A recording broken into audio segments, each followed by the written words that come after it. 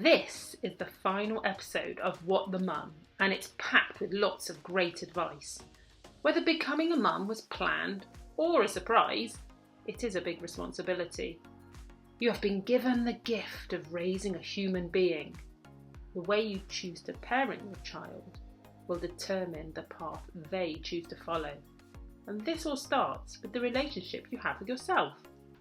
Intrigued? Then sit back, relax, and listen to find out. On this episode, I'm joined by Clare Downham, who saw her responsibility as raising adults.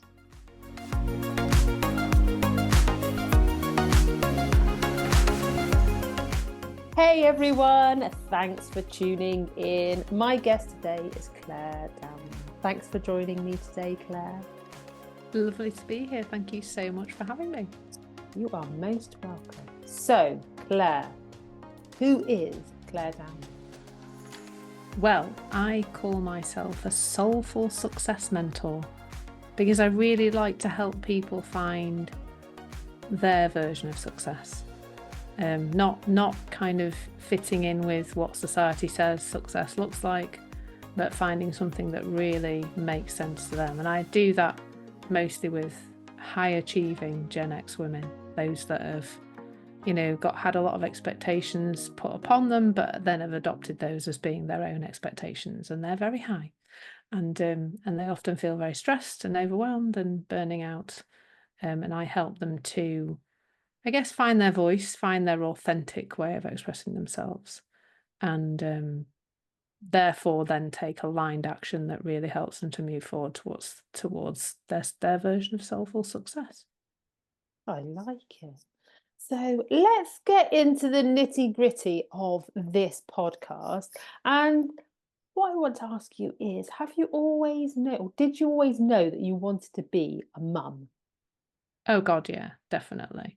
Like from being very young, I was always the one who would, grab the babies if they were being handed around, from parents, friends that were having children and family who were having babies. I always wanted to be around babies. Right from being, I always knew I wanted to be a parent and to be a mother. And I made that part of my mission. I think it made me quite driven. In terms of how I was going to get all the rest of my life lined up to the point where there was this space to have a child kind of thing. So it was a driving force, I would say, in my existence from being very young.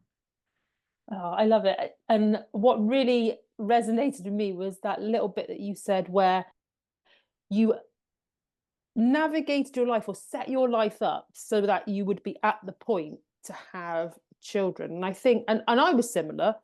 And I think that's like a very traditional way of looking at it, isn't it? We have a look and say, what's our education going to do? When do we want to get a job? Find the partner of our dreams so that we can then have children. Did you see my eye roll when you said I did. You said partner of your dreams? Eye roll. I mean, he was just there. Poor so-and-so, quite frankly. I mean, I feel like it was like like a cartoon. I am driving the train, but like a cartoon train, and he's like hanging off the back, like horizontally, I was on this mission to drive forward with my career and when we're going to have children. It was literally like, come on upstairs now. It's time. This is when I've scheduled it to happen. And I was one of those very fortunate women, few and far between, who fell pregnant literally the minute I had sex without contraceptive. There was a baby coming in 9 months' time. So I managed to, and I was a teacher, and I managed to have autumn-born children, both of them, because I planned it so precisely. It's just it was insane. It was control freakery on a different level, I think. Really, that's what it was. You put your message out there into the universe. This is when I want things to happen, and the universe said, Clare, we've heard you, we will deliver. Well, it dare not obey, quite frankly. I think that was the crux of it. The poor ex-husband and the universe dare not disobey what I said was going to happen. So that is what happened. So I was so driven back then, insanely, really. So you've talked about how you planned everything. Has your mum experience, your mum journey, been as planned and straightforward? I mean, I wouldn't have said I don't think I had too many expectations of it, in terms of I didn't have a sense of what being a parent was going to be, apart from perhaps around how I was going to be in terms of discipline and stuff like that, because I was already in the education, I worked in education and in primary. So I already had very clear ideas about what I thought was the right way to bring my children up. So there was definitely some preconceived, and to be fair, I did actually, that is kind of how it turned out. I was that person when I became a parent.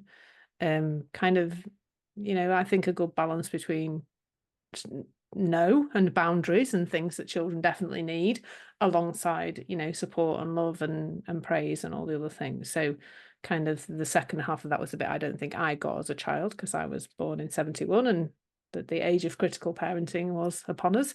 And, and so my experience was very different to that. So yeah, I feel like I think I always thought that my job was to raise an adult, like to get somebody to be an independent, nice person, to go out and be able to live their life independently, but to be a nice, well-rounded person as well, and to just be, yeah, happy with their lot, kind of thing.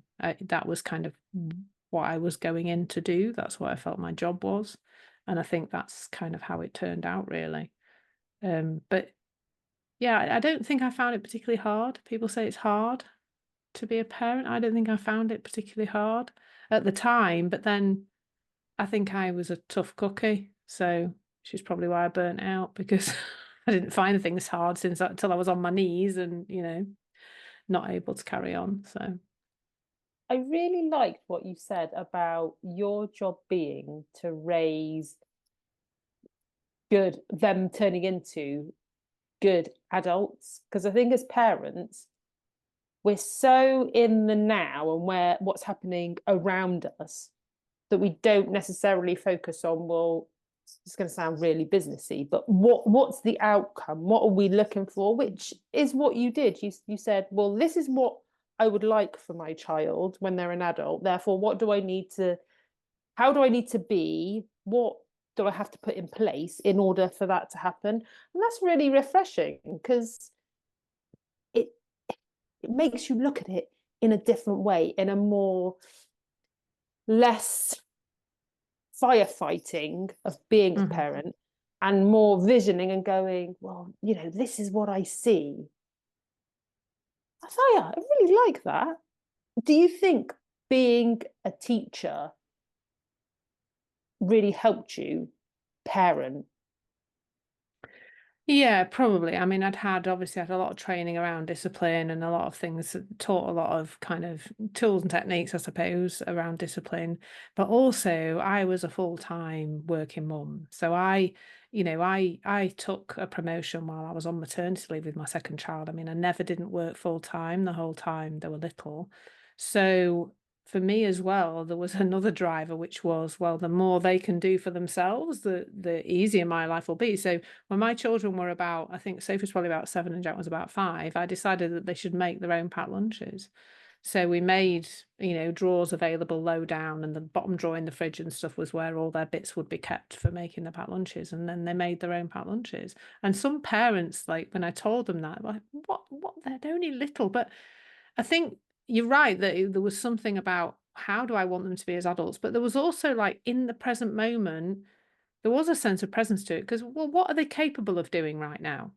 Well, they can pick up a plate and a slice of bread or two, and they can spread butter, and they can put a slice of ham between two pieces of bread, or etc. They physically are able to do that. They're physically able to make their own bed. They're physically able to do these things. Why shouldn't they be doing them? It makes no sense to me to hold them back from what they're actually capable of. And I'm just, as I'm saying that, I'm thinking about, we used to take year 5 on residential, and we had to do a lesson before we went on how to put a quilt in a quilt cover, because the children at 10, year 5s, 9, 10-year-olds, the vast majority of them hadn't even put a pillow in a pillowcase. by the time they were 10. So we had to teach them to do that, because when they got to residential, we left them to it. They had to put their own beds together. They got the quilt and they got the quilt cover and everything, but they had to make their own beds. So we had to teach them before we took them. And we were telling parents at the parents' meeting for the residential, get your kid doing this now, or you're going to be sleeping in a disconnected bed by the time they get to residential if you don't teach them how to do it. We can give them one lesson, but we're not spending all our curriculum time on bed making. So please get them to do it at home. And so many parents were aghast that we would be asking children to make a bed, which they are physically able to do. Why not? Why shouldn't they be doing it if they can? I love that. And so my daughter is 11, my son is 8. And there are some things that we've asked them to do. And more recently, there are things that we are now asking them to do. And what's become really obvious, I'm just going to use this word, they've started to take some things for granted because we or I've been doing it for them, which like really saddened me, because I thought, oh my goodness, I thought I was raising good humans. However, just that complacency and taking things for granted really stung, to be honest with you. So we're now going through the motions of undoing some of the things that we've taught them, because exactly like you've said, there's going to be a point where they actually have to go and do things by themselves. And the earlier they start to learn those life skills, the easier their life is going to be when they eventually leave home and actually have to do it by themselves because they got no option. Absolutely. And I think so often it's not about our children, it's about meeting our own needs in terms of needing them to need us, that underpins this inability to get your children to become independent and think for themselves and work out and solve their own problems and work out how to do things. That's actually the issue. It isn't really that we think our children can't do it. It's that we think we need our children to need us, and that what happens to us. I didn't do empty nest syndrome. I just I was like, yay, they're going. I love them and I love seeing them now. I mean, I don't know if I've not mentioned my mind, nearly 25 and nearly 23. And so, they are, well, my son's never here. He's got his own place now, but my daughter is here over the summer. And we've had a lovely time with her. But also, it'll be nice for her and us, when she goes back to university and she's, back in her independent life and we're back, doing our thing as well, kind of thing. So, I wanted them to leave home. Not, I did miss them, but I wanted them to be out there living that's what they're for. They're not ours to keep. They're with us for a time, and then, they go out and live their own lives. Oh, it is. And you are right. It's that need to be needed, as opposed to, well, they're helpless. They can't do anything else without us. So you also mentioned, obviously, that you were a busy working mum. And if we're teaching our children the skills they need, it takes away some of what we have to do, which means we don't have to be as busy as we think we're supposed to be. So whilst you were raising your children, did you manage to find space and time for yourself? Yeah, I mean, there were some things that I always maintained, and things like exercise and eating well, those kind of things. I did generally get those things nailed down, and I think my career was for me as well. That was important to me, and I got a lot out of my career. But I also I don't know, I like to talk about work-life integration now. I don't like work-life balance, because that feels like, you're putting work in one corner of the arena and, in the boxing ring, and you're putting life in the other corner and you're expecting them to fight it out in the middle. Whereas, it was always very integrated. So, for example, my children did a lot of after-school stuff. They've both done all sorts of activities since being very small, lots of theatre stuff and television stuff and acting and judo and brown, all the usual long list of things. And I would just I'd take them to wherever they were going, and either if there was a room where I could wait, I would wait and do a bit of work, or I would go find a local cafe to sit in or whatever, and I would take that time while they were in the classes to get a bit of work done. So, and I noticed as well how it changed as they grew as well, so when they were very small, I tended to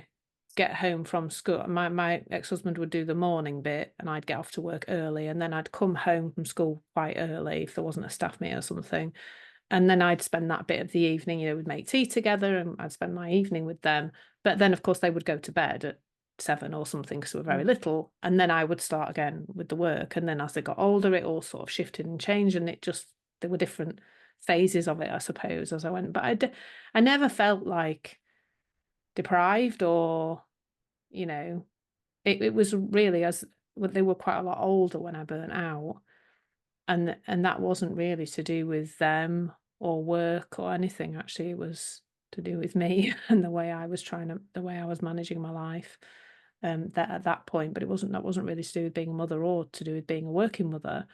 It was other things in my life that went out of kilter.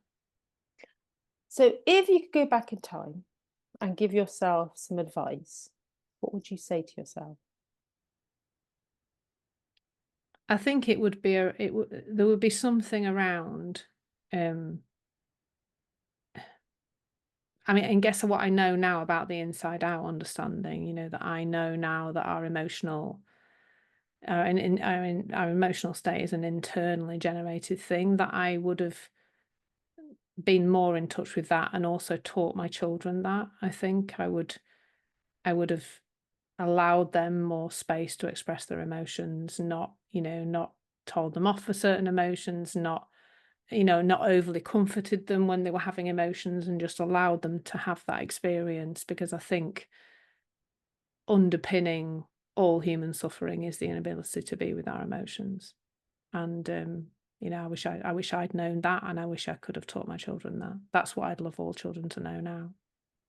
For anybody who isn't aware of Inside Out, can you just give us a bit of an overview so that they have more of an understanding of what you've just said? Yeah, so we're taught from very young that our emotions come from the outside world, that somebody can make us feel something, or something can make us feel something, and that also the resolution to our emotional state is in the outside world. So for example, I've had a stressful day, so I'm having a glass of wine or a bar of chocolate or a cigarette or whatever, the dealing with emotions, or I'm shouting at my other half because I want to get that anger out, kind of thing. So what I teach is to understand that our emotions are generated by the thought that we're focusing on in the moment, and that is all passing through anyway. So we don't really need to do anything about an emotional state, because an emotion really has about enough energy to last maybe minute, 90 seconds, and then it goes of its own accord. So we don't actually need to do anything about an emotion. And that allows us to live life in a much more present way. It allows us to not be kind of pushed around by our emotions, because we're very driven by our emotions as human beings. And it allows, more and more I find that it allows me to sit with an emotion, just watch it move around my body, see it, and then a lot of clarity and a lot of ability to move forward in my life comes off the back of being in that present space with an emotion. So that's a very short kind of summary, but your emotional state comes from the inside, not the outside. And we've known each other, oh my word, a good few years now. And the one thing that I always get from you is that sense of calm and not reacting to what is going on. So is it like the work that you've done that has allowed you to be how you are now? Oh, 100%. Yeah, I wasn't like this before. No, I was extremely reactive. Pre-burnout, I was probably angry most of the time. I was very anxious. I was very stressed. To get to the point of burnout, you kind of need to get into a bit of an emotional state, quite frankly. You know, when I was not in a good place at all. So yeah, it's definitely it's 4 years or so, well, 4.5 years, more than 4.5 years. It was January 2020 when I came across this, and the transformation in me as a person, not just like this sense of this feeling of calm that people seem to experience from being around me. That everything's changed. Every relationship, even the ones that, you know, you might go, oh God, that person's a bit of a, you know, pain in the you know what. Even those people have disappeared. They still exist, but they're you know, how they were triggering me in inverted commas has disappeared. It just doesn't exist anymore. Because not just our emotional state, but our entire experience is created from the inside out. It's all a crazy illusion. You know, that's going quite deep spiritually, but it really is what we are focusing on, our perspective on the world. That's how our illusion is created.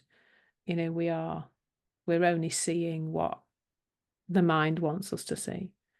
And a lot we don't see. And if we're focused on somebody else as a problem, we will see them as a problem. And as you fall away from all of that, other people cease to be a problem. Even mother-in-laws. You heard it here, folks. If you have what you think is a pain in your rear, then you definitely need to get in touch with Claire, because she will allow you to see that the pain is not from the outside. Absolutely, yeah. Yeah, whatever it is, whether it's a person or a thing, a situation, yeah. So how has life changed for you then, since you've dealt with your burnout and you have this new perspective on life? So the first thing that comes to mind to always say when somebody asks that question is just more joy, more silliness. Like, you know, I am not adverse to singing my way around the supermarket. I care very little what other people think now. That used to be a big part of how I ran my life, was thinking about what other people think, and I just don't care what other people think now. I literally couldn't care two hoots. Yeah, just like in my relationship with my fiance, we're just daft with each other all the time. So I feel much more childlike, which is great because I'm, you know, nowhere near a child anymore. But, you know, I feel a lot more of that kind of playfulness and fun. I also experience that in my business, which is nice. There's this, you know, sense of experimentation and trying things. And yeah, I want to try more things. My fiance and I have recently started going to improv. So we're doing kind of, you know, not necessarily comedy stuff, but doing all this kind of get up and do a scene, and, you know, just it's so playful. And we play lots of silly games during that as well. So yeah, a lot more lighthearted. And sort of what I find happening is, by not working on anything, which is what I was doing before when I was thick in the self-development stuff, was working on myself all the time, and then occasionally maybe feeling a bit better, but in never sustaining. Whereas now I don't really work on myself at all, and just every so often I think, oh, that's a really different Claire. That she's behaving, I don't recognise this person.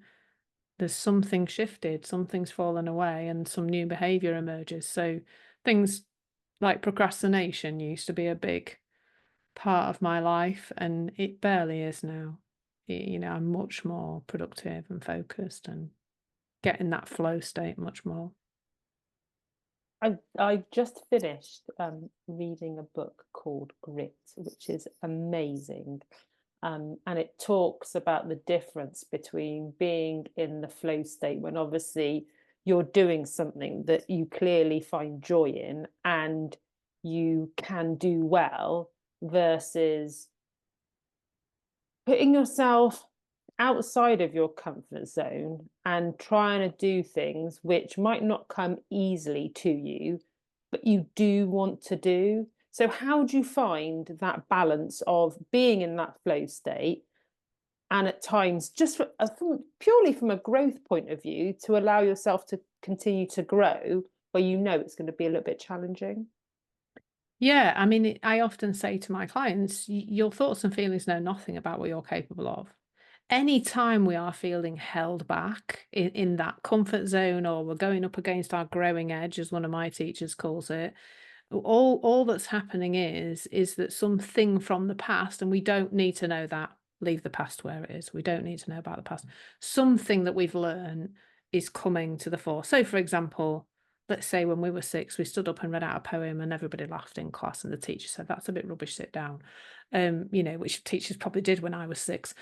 They probably don't do that much anymore, but they did. And so then when we go to speak, or we go to do a live video, we go to do something on our business that's a bit out there, that our mind kind of goes back to that memory and creates a match. And it's a bit like that pairs game that you play with your kids. Let's say it's animal pairs, 2 cats, 2 dogs. You're trying to find the matching pairs. The mind goes, here's a cat in the present moment, picks up a lion from the past and says, they're the same. They're the same. So they're not the same. But the mind is going, right, here's all those feelings you had. So this is where we go back to sitting with an emotion. Because what I think happens for a lot of people is there's an inspired thought to do something, like, and we think, oh yeah, it'd be really good if I put more videos out on YouTube or something in my business. And then immediately our old conditioned thinking comes in. Oh, you can't do that, you'll look stupid, blah. And a lot of it won't be conscious. It'll just be imposter syndrome, inner critic, perfectionism, or it's not, you'll say it wrong, blah, blah, blah. That brings about the feeling of discomfort, which we then attach to the thing we're about to do. It's never came from the thing we're about to do. It came from some old habitual thinking about the thing we're about to do. So for me now, if I notice I'm procrastinating, I stop and I get into my body. I get into I feel it, and I can feel there's probably a little tightness in my chest, or my stomach's churning a bit, and I just feel that.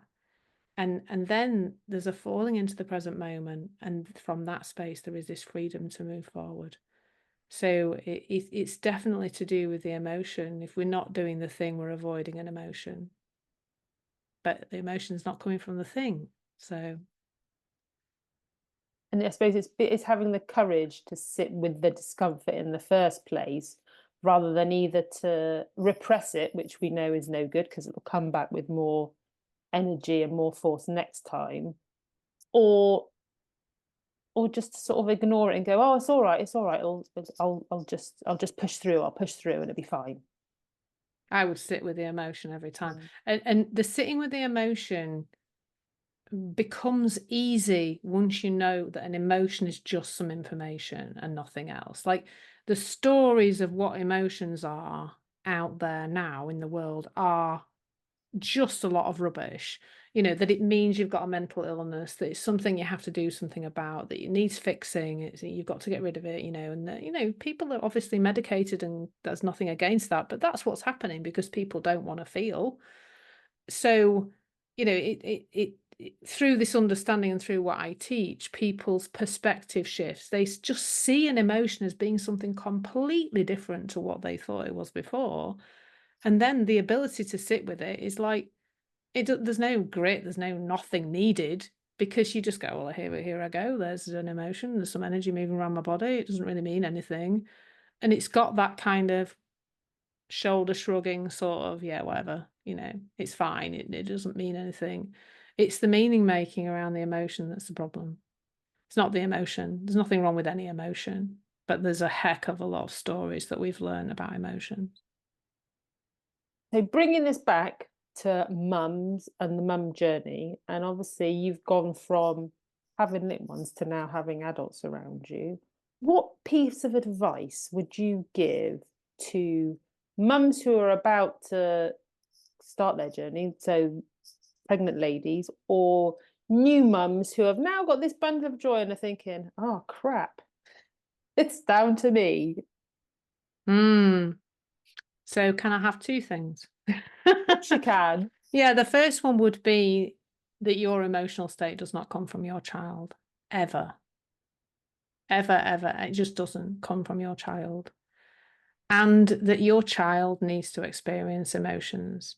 So, and that means that sometimes you are going to say no, and your child is not going to like that.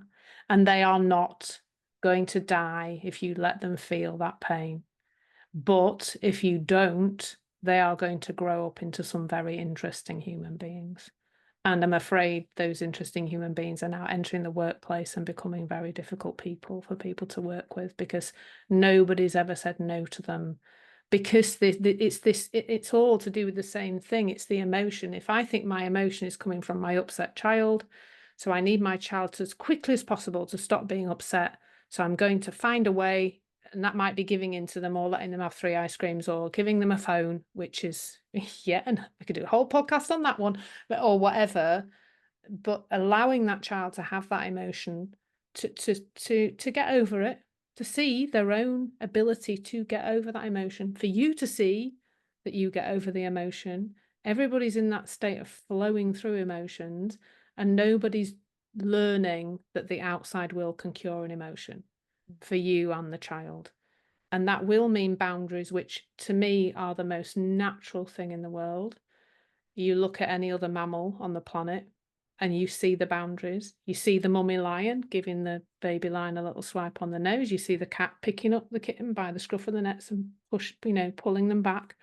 I've been watching this thing about Nosa Safari Park, and you see the monkeys. The little monkey starts wandering off, and the mummy monkey pulls him by the tail back into her safe space. That boundaries are part of nature. And it seems that perhaps they're not being applied in quite because of the emotional issue. So yeah, and I think that is the perfect point to end podcast. However, before we go, there is one very, very important question or piece of information we need from you, Clare. Our viewers, our listeners will be thinking, I need to be in Clare's world. I need to connect with her. How can people connect with you? So I know this is going to go out as a podcast and on YouTube. So I do have a YouTube channel. So it's Claire. If you look up Clare Downham, you will find me there. I've got a website, which is claredownham.com. And I'm also a very active teacher on an app called Insight Timer. You can also look me up there, and I've got 35 courses on Insight Timer now, which you can access for the grand total of $60 a year, or £50.99 if you're in the UK. So it's an absolute bargain, and there's courses on just about every subject. In fact, I have a course about parenting that is pending to be released. So yeah, check me out in those 3 spaces. Amazing. Well, thank you, Clare, for talking to me today. I've loved it, obviously. Yeah, it's been great fun. Thank you so much. You are welcome. And thank you, everybody, for watching and listening.